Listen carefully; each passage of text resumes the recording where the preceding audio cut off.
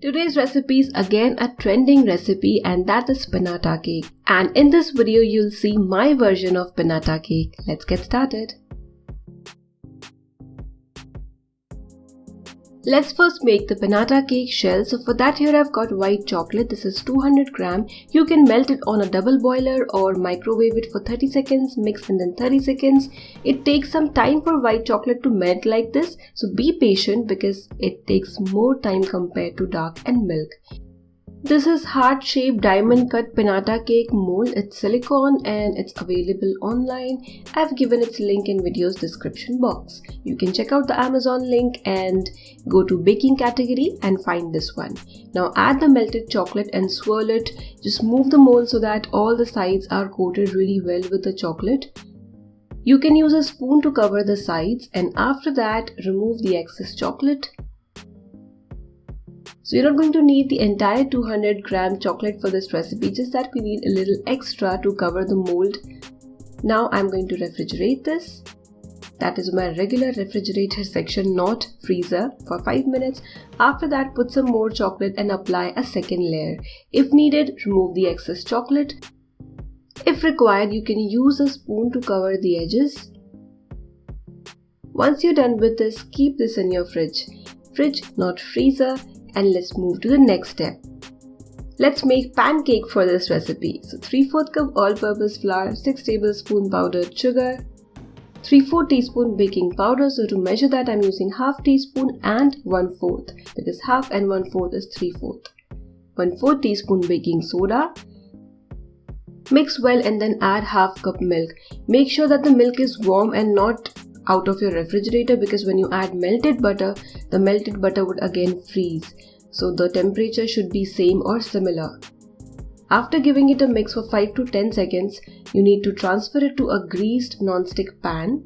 If you want, you can bake this in your regular cake tin, or you can use a ready cake for this recipe, or you can make a heart-shaped cake directly for this recipe. So totally up to you. 5 minutes at low flame directly on your gas stove or induction.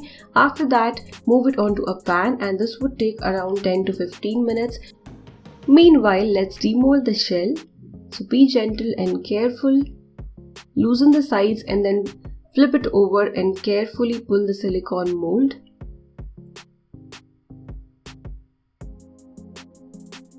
The edges of the shell are not smooth, so for that, heat your tawa or pan on your induction or gas for 7 to 8 seconds. Place the shell and carefully move it, and once you see that the edges are done, quickly lift your heart, otherwise you would end up melting it all.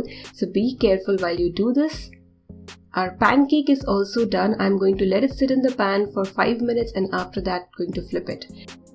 The pancake looks really nice and moist. Now I'm going to cover this with a cotton cloth and let it cool down. Once it cools down, next step is to cut a heart shape.